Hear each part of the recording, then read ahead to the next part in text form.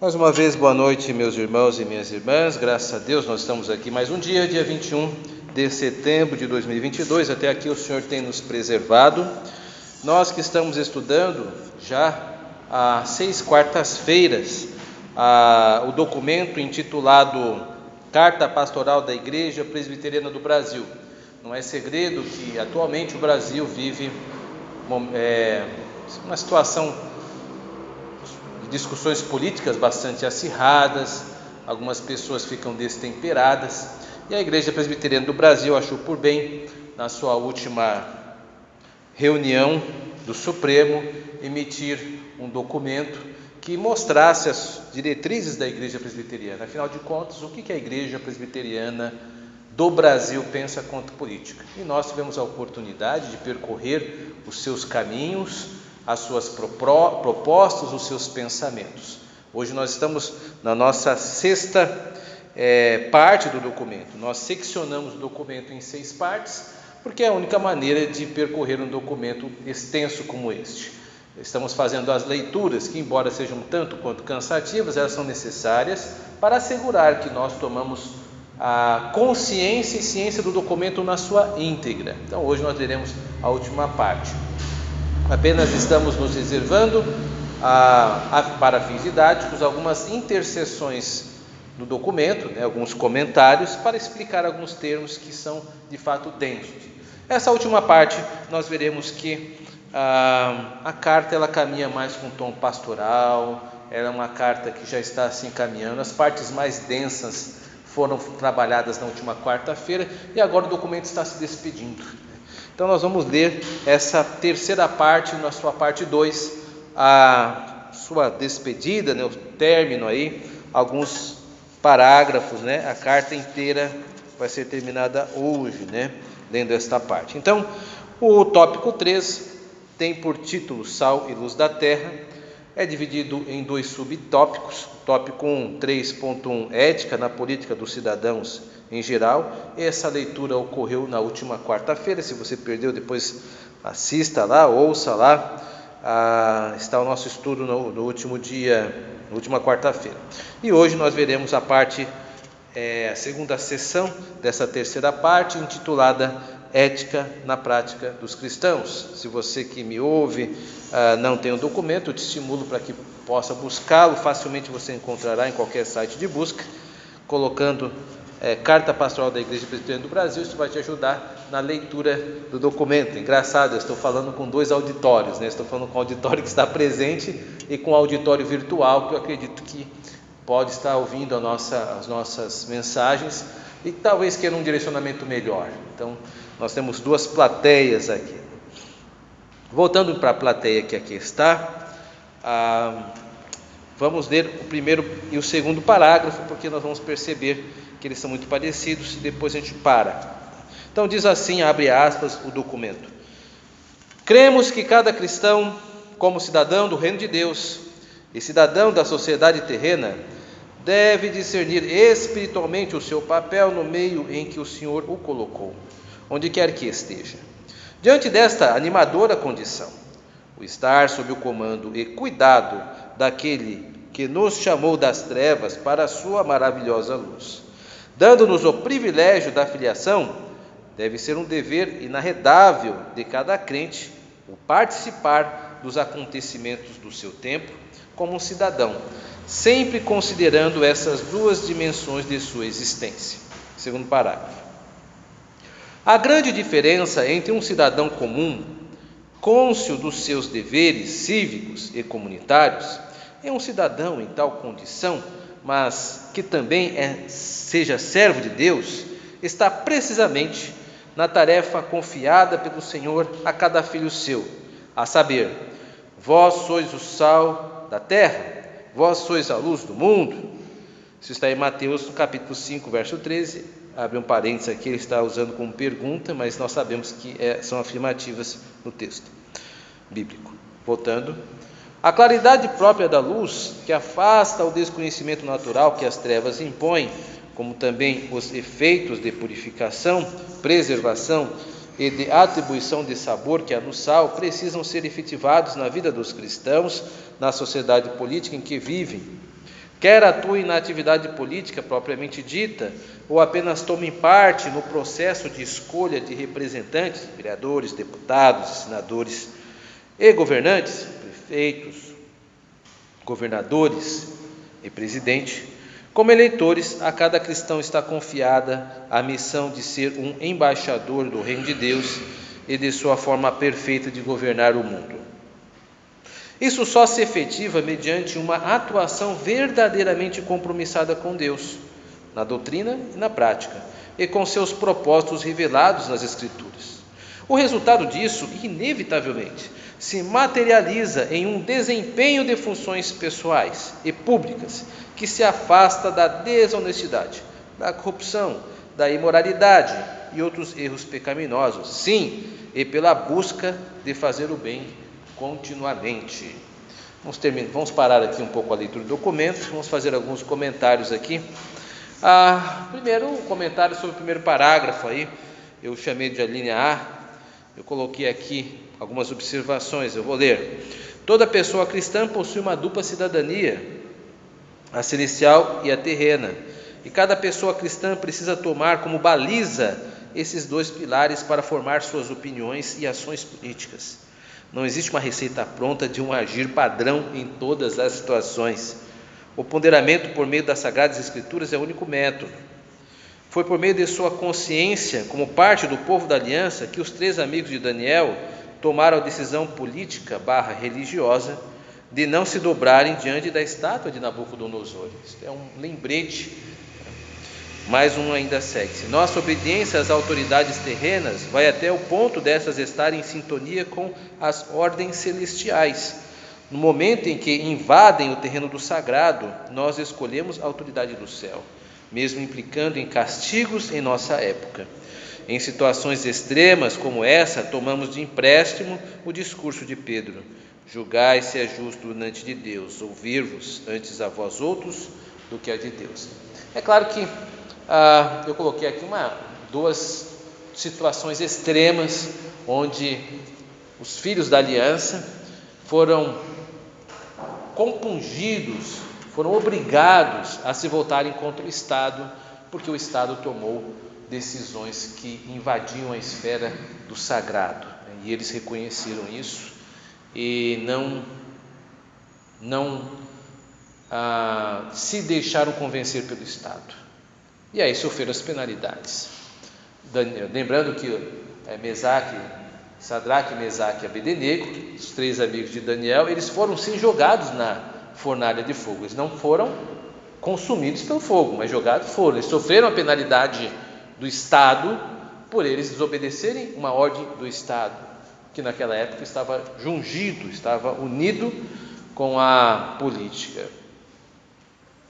Mas veja, esta é uma situação extrema, mas talvez não esteja tão longe dos nossos dias. Devo lembrar que nós tivemos uma pandemia há pouco tempo.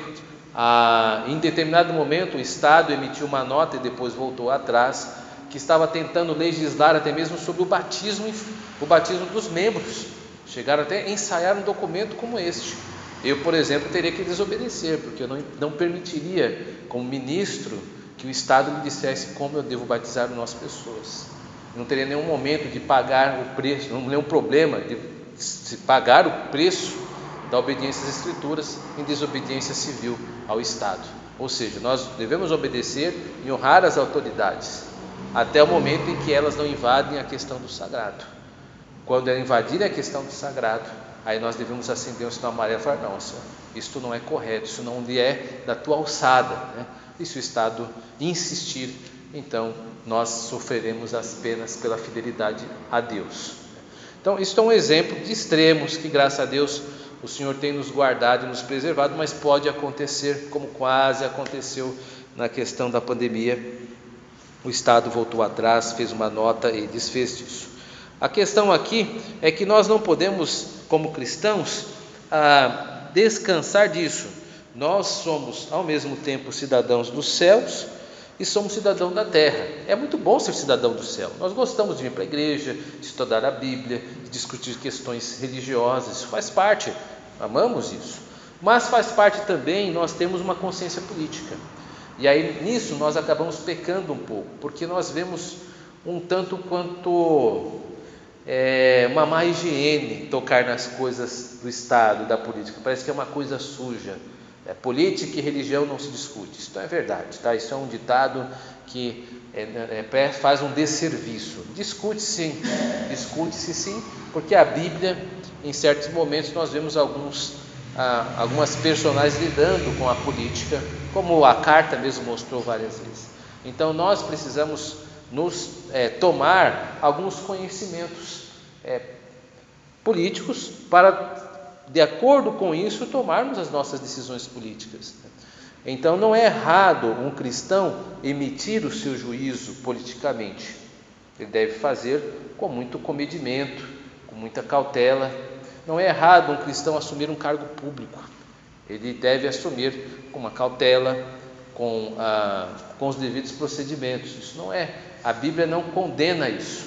Figuras bíblicas assumiram funções de Estado, como Daniel, que serviu ao imperador pagão. Vários imperadores pagãos, e Daniel serviu ali como funcionário público.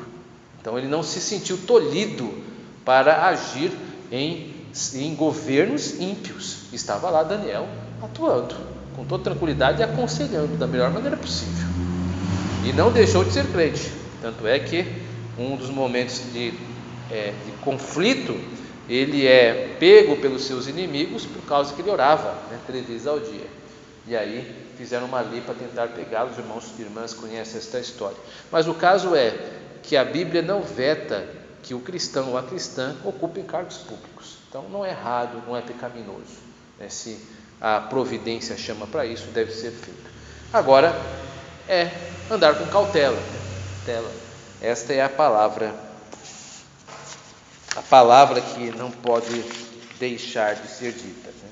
E sobre a cidadania, a título didático, eu coloco uma inserção como uma linha B, que diz assim: a cidadania celestial ditará seu comportamento terrenal, inspirando-o a viver os mais altos ideais possíveis. Isso significa que um cristão autêntico, em condições normais, tem tudo para ser um bom cidadão, uma boa cidadã. Pagará seus impostos, porque sabe dar a César o que é de César e a Deus o que é de Deus. Respeitará o direito dos demais cidadãos, evitando promover situações que prejudiquem a paz social, uma vez que obedece às Escrituras, que o admoestam que deve amar o próximo como a si mesmo. Não depreciará aqueles que são colocados por Deus para o governarem, uma vez que sabe que não há autoridade que não proceda de Deus.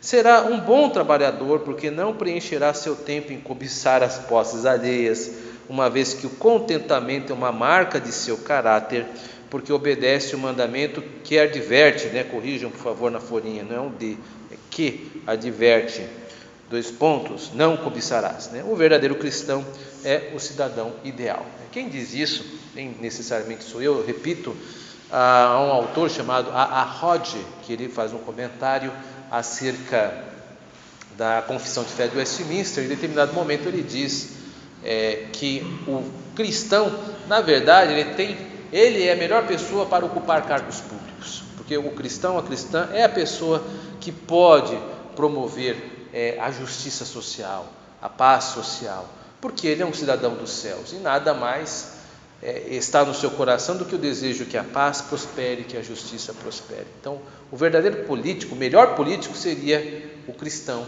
ou a cristã. Então, ele estimula no seu livro para que ocupemos esses cargos públicos, Mas a ideia permanece. O ideal é que nós cristãos sejamos luz e sal nesses ambientes que a providência possa nos colocar em cargos públicos, ou até mesmo dentro de situações partidárias lícitas, partidos que defendem causas possíveis. Eu estou dizendo, existem certos partidos que, infelizmente, devido à sua composição ideológica, podem ser extremistas, e aí a gente não pode necessariamente navegar por essas águas. Isso eu estou dizendo para os dois lados. Hoje nós temos tanto um lado quanto o outro, onde existem pessoas extremas e que usam, por exemplo, acham que a violência pode ser praticada, né? Nós não podemos andar com isso. Eu não estou falando apenas de violência física. Eu creio que existe uma violência muito grande quando alguém toma algo de outra pessoa, né? Algo que, por exemplo, é uma propriedade, né? A invasão à propriedade alheia é um tipo de violência. Acho que nós não podemos caminhar com pessoas que se apropriam do bem do outro como causa de justificação política. Isto, para nós, fere um princípio ético de propriedade. Deus distribuiu a todos, cada um, o que cada um tem. Eu posso até achar que é injusto e tem pessoas que têm mais do que os outros, e aí eu vou usar os expedientes da nossa sociedade para protestar de forma ordeira. Eu vou entrar em tribunais, vou confrontar por meio de documentos, né? É assim que a democracia que nós estamos deve trabalhar. Eu não posso ir lá e invadir a casa da pessoa e me apropriar de algo que não é necessariamente meu, né? Isto é pecado, né? Isso é roubo. Eu estou dizendo um extremo, tá, meus irmãos? Nós sabemos que infelizmente existem certas entidades partidárias que acham que esse expediente seria algo válido, né? Graças a Deus parece que estão diminuindo esse pensamento, mas ainda assim há esses extremos. Vamos retomar o documento, seu terceiro parágrafo. É absolutamente contrassensual ou um disparate a situação em que um cristão ativo, participante da vida política, esteja envolvido com as, lamentavelmente, muito conhecidas práticas de crimes de corrupção ativa ou passiva, irresponsabilidade fiscal, desprezo da função pública e outras mazelas. Além do grande dano causado à representação política recebida do cidadão eleitor ou contribuinte fiscal, no caso do cristão, verifica-se a terrível prática de um grave pecado de duas facetas: a infidelidade nos contratos, Romanos 1,31, posto que o eleito é investido no cargo público, presta compromisso de servir o próximo ao Estado, para cujas funções deveria empenhar ao extremo e cumprir sempre, prestando contas aos seus eleitores, e simultaneamente, é a segunda faceta, tá? Entendemos que tais práticas reprováveis trazem em si ainda o pecado de desprezo à escolha de Deus, daquela pessoa, a ocupação do cargo de suas atribuições funcionais, à luz de Romanos 13, que diz que nós devemos ter as autoridades como ministros de Deus. Se toda a autoridade é constituída por Deus, como o texto afirma, os agentes políticos prestarão contas a Ele no mandato divino que lhes foi confiado. Seria de extrema prudência e sabedoria aos que assumem cargos públicos o levar em conta estes dois aspectos. Vamos parar um pouquinho aqui, fazer um pequeno comentário, porque o tom mudou da carta. Esse é o único momento nessa última parte em que a carta muda de tom, e o tom passa a ser de reprovação. O tom desse documento é de natural repreensão e estranhamento de um cristão envolvido com práticas de crimes, que ele citou corrupção. Tal pessoa fala em dois níveis, como nós vimos, de atuação: o espiritual e o terrenal. Ele assemelha-se à ação do rei Manassés. Conhece a história do rei Manassés? Uma história muito triste. Filho do piedoso rei Ezequias, exerceu um reinado extremamente danoso para todo o reino de Judá, chegando a oferecer seus filhos para sacrifício aos deuses pagãos. Atos graves para qualquer pessoa no exercício de uma função tão distinta quanto o rei, mas duplamente reprovável por se tratar de alguém posto em uma posição de honra entre os demais. Que coisa terrível, né? É terrível saber que alguém poderia entregar o seu filho ou sua filha para deuses pagãos. Duplamente horrível é saber que esta pessoa é um servo de Deus, ou deveria ser um servo de Deus, e que deveria ser exemplo, mas na verdade acabou sendo cooptado pelo pior pensamento pagão. Ele não é apenas um pagão, ele não agiu como um pagão, ele agiu como um péssimo pagão, porque nem os pagãos normativamente vão até o extremo de entregar seus filhos às deidades, como Manassés fez. Então ele foi pior que o pior pagão. Então aqui o texto da carta, eu creio que é feliz em mostrar que os cristãos que se dizem políticos, e quando não são bons políticos, eles pecam duas vezes. Eles pecam por causa que traem o mandato social, aos quais deveriam ser fiéis a seus cargos, e pecam também porque, por serem cristãos, deveriam desempenhar tais cargos com maior dedicação, por serem filhos e filhas de Deus e terem contato com as coisas do outro mundo. Então há um duplo erro aqui, e a carta ela é bastante pesada quando reprova esse tipo de pessoas que pecam contra o erário público, contra o bem público, e são cristãos, são duplamente reprovados. Retomemos o documento e agora nós vamos ver sobre a importância do voto. Isso é interessante. Vamos ver alguns parágrafos. Como o texto todo é bastante unido, eu vou ler o quarto e o quinto parágrafo, que estão juntos no mesmo assunto. Por fim, uma responsabilidade grande também está sobre os cristãos que, mesmo sem atuarem diretamente na atividade político-partidária, ocupam um dos papéis mais importantes para o andamento da política: os eleitores. Somos todos nós, inclusos os chamados agentes políticos, que pelo exercício da participação direta, pelo voto, escolhemos aqueles que nos representam. No direito ao voto, há uma oportunidade preciosa para que cada crente em Jesus Cristo manifeste a sua opinião, iluminada pela lâmpada para os nossos pés. Fecha parênteses. Sobre os rumos que a sociedade deve tomar. Olhando mais centradamente, ao votar, podemos externar a nossa vontade quanto à gestão dos negócios públicos e a respeito da administração do mundo de Deus, entregue ao homem para dele cuidar. Assim, cada voto tem de ser valorizado e o ato de votar tem de ser considerado uma oportunidade de apresentar, abre parênteses, como portador da mensagem divina e ciente do papel de testemunha da graça divina, a posição do servo de Deus a respeito dos assuntos inerentes à sociedade de seu tempo. Quinto parágrafo, a Bíblia afirma em Mateus 16:20 que a igreja está edificada sobre a rocha que é Cristo, sendo resultante disto, as portas do inferno não prevalecerão contra ela, ou não prevalecem contra ela. A Igreja Presbiteriana do Brasil, nos seus 163 anos de existência, tem primado pela fiel observância da palavra de Deus, com o compromisso de instruir os crentes a ela afiliados, bem como de proclamar o Evangelho aos descrentes. Assim, lastreando-se nos conceitos éticos e morais constantes na Bíblia, esta Igreja se empenha para que os seus membros sejam contados, cada um deles, como alguém que não tem do que se envergonhar e que maneja bem a palavra da verdade. Nosso modo de ver a participação política do cristão está ancorada no chamamento de Deus a nós, como na relevância das Escrituras, o próprio Senhor atribui a essa esfera da sociedade.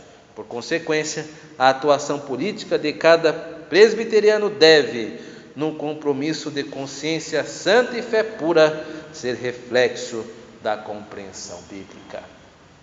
Vamos parar aqui. Veja que o texto ele é bem empolgado no final, né? Ele abandonou um pouco a ideia da comprovação, ele já está indo para o encerramento e ele está bastante eufórico, né? Um texto bastante garboso, né? Dá bastante elogios a si mesmo, bastante elogio à igreja presbiteriana, bastante elogio aos cristãos. É um texto de finalização, então ele tem esta sensação de triunfo. Nós chegamos até aqui, Deus tem nos ajudado. Mas há algumas coisas que eu preciso chamar a atenção aqui, além deste efeito de sentido do texto.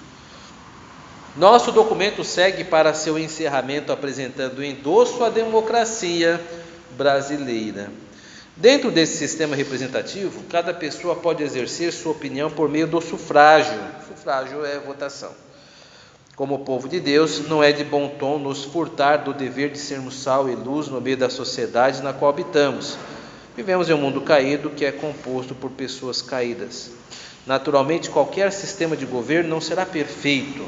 Precisamos fazer o possível com que com o que nos é dado de condições pela providência para sermos promotores do bem onde estivermos. Nesse momento, faremos isso por meio da participação política, por meio do voto secreto e obrigatório. Deus nos guie sempre. É interessante porque aqui nesse documento há um elogio ao sistema democrático brasileiro. Aí você talvez pense, mas isso é natural? Veja, a democracia como nós conhecemos, ela é nova, ela não é tão antiga e nem sempre existiu dessa forma. Eu acho que eu já disse aqui mais de uma vez que, por exemplo, as mulheres estão votando, mas elas começaram a votar não tem nem 100 anos. Então não é uma coisa muito moderna, muito antiga, ao contrário, é uma coisa moderna. O sufrágio universal, ele é recente. Quando a democracia, o sufrágio foi instaurado no Brasil, em 1824, há 200 anos, nem todas as pessoas eram consideradas cidadãos, nem todo mundo tinha direito a voto. No século XX, é que algumas pessoas que não tinham letramento, chamados analfabetos, eles também não podiam votar. Então, nós estamos vivendo um período democrático muito ímpar. É que para nós estamos meio que naturalizados, parece que essas conquistas sempre existiram. Não sempre existiram, não. Essas conquistas são recentes. Pense um pouco na escravidão. Ela acabou pouco mais de 100 anos. Não é muito tempo não, meus irmãos. Foi em 1888. Então, um pouquinho mais de 100 anos. Um pouquinho mais de 100 anos, tinham pessoas no quintal sendo torturada com chicote, todo mundo achando a coisa mais normal do mundo, por ser negro.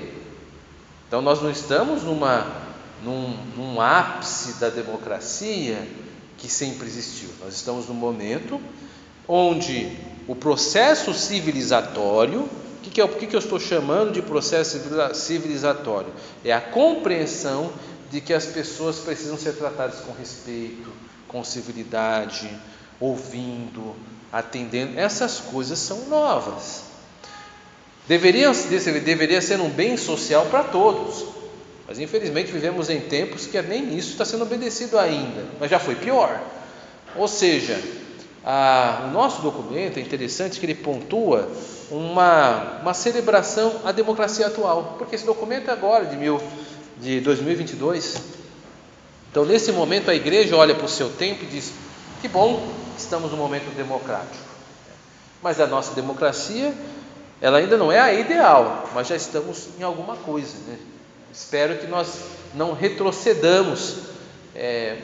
Vivemos em tempos bicudos, nós nunca sabemos o que pode acontecer mais para frente, mas devemos orar pelo nosso país, tá?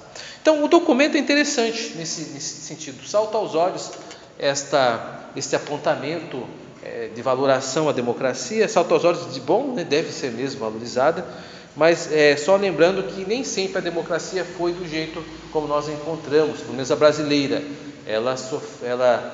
Ela chegou aqui com muito custo. Vamos encerrar então o documento? Eu fechei a conclusão com a conclusão do próprio documento.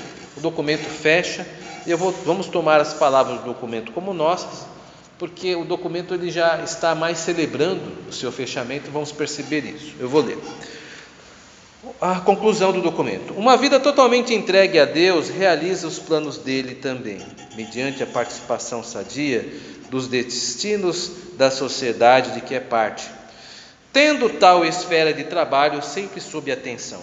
A história testemunha como o Senhor tem usado muitos dos seus filhos para realizarem a sua vontade em posições de governo público, representação de cidadãos nos parlamentos, na magistratura e outras esferas. Seu santo nome é glorificado, igualmente nas vezes todas em que um cidadão dos céus e da terra, cônscio no que faz e agindo responsavelmente, exerce seu inalienável direito de voto para a escolha dos seus futuros representantes ou líderes, confirmando a escolha que o Senhor Eterno já realizou. Somos de Deus cooperadores neste trabalho em prol do seu reino, que se concretiza assim por nossa ciente e consciente participação da sociedade em que estamos. Uma atuação política sadia, concluímos, pode ser construída e caracterizada pela observação constante dos princípios cristãos em tudo e sempre. Que Deus, soberano Rei do mundo e dos que nele habitam, seja servido em nos usar e guardar como filhos e cidadãos por ele reunidos na Igreja Presbiteriana do Brasil. Que assim seja abençoado o nosso país, evangelizados os povos e continuamente glorificado o nome do Senhor. Acabou a leitura do documento. Então, em 6 quartas-feiras, nós lemos todo o documento na sua íntegra e o comentamos. Eu acho isso um marco para nós, porque qualquer membro que tenha a curiosidade de saber o que a Igreja Presbiteriana pensa sobre política, é só acessar um documento público como esse. E se quiser mais, tem 6 estudos que nós damos. Eu espero que você que nos ouve e que não está aqui, possa aproveitar. Agora eu vou me despedir. Aqueles que estão comigo aqui vão continuar, nós vamos aprofundar o documento e debater. Eu espero que todos um dia possam estar aqui para debatermos juntos. Mas até lá, que Deus continue nos abençoando. Amém.